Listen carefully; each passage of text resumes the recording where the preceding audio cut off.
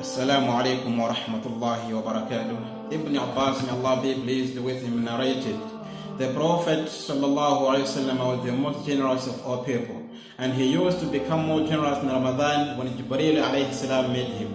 Jibreel alayhi salam used to meet him every night during Ramadan to revise the Quran with him. So Allah's Messenger then used to be more generous than the first week. Rawahu al-Bukhari. Hadithi ila kwa Ibn Abbas, Allah subhanahu wa ta'ala asangalina ya na kuti tumekuwa tuamaliza Muhammad sallallahu ta'ala alayhi wasallama amagonda ukala ukoma ntima zaidi kukosa mtu wena aliyese ndipo mu Ramadhani amagonda ukala ukoma ntima kwa mbili panthawi imene Hazrat Jibril alayhi salam amambwelera.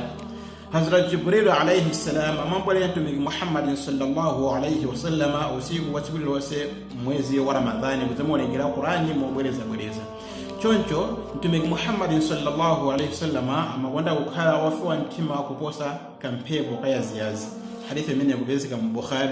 Wassalamu alaikum wa rahmatullahi wa barakatuh.